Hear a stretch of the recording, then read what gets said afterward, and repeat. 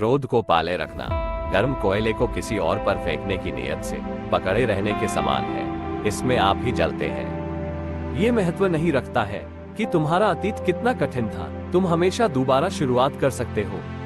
अतीत पे ध्यान मत दो, भविष्य के बारे में मत सोचो। अपने मन को वर्तमान क्षण पे केंद्रित करो। एक पल एक दिन को बदल सकता है, एक दिन एक जीवन को बदल सकता है, और एक जीवन इस दुनिया को बदल सकता है।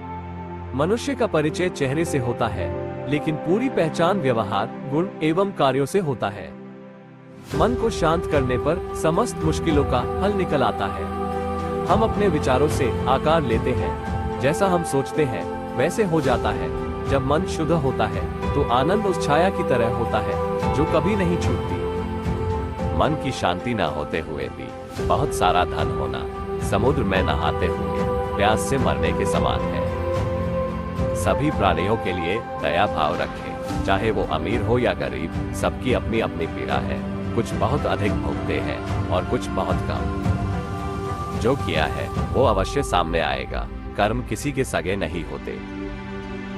तुमने खुद को कमजोर मान रखा है, वरना तुम जो कर सकते हो वो कोई दूसरा नहीं कर सकता।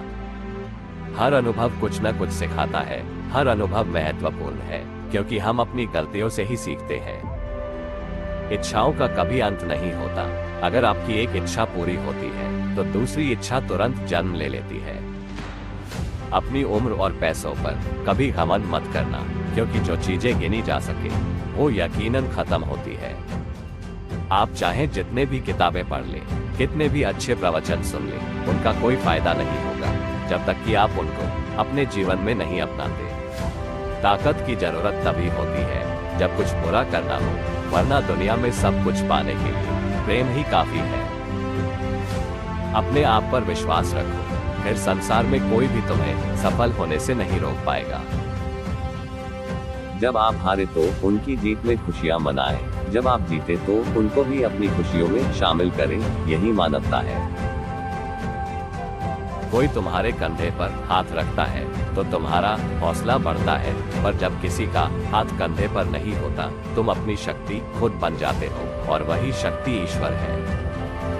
हर वो चीज जहर है जो आवश्यकता से अधिक है, फिर चाहे वो धन हो, प्यार हो, भूख हो या फिर ताकत।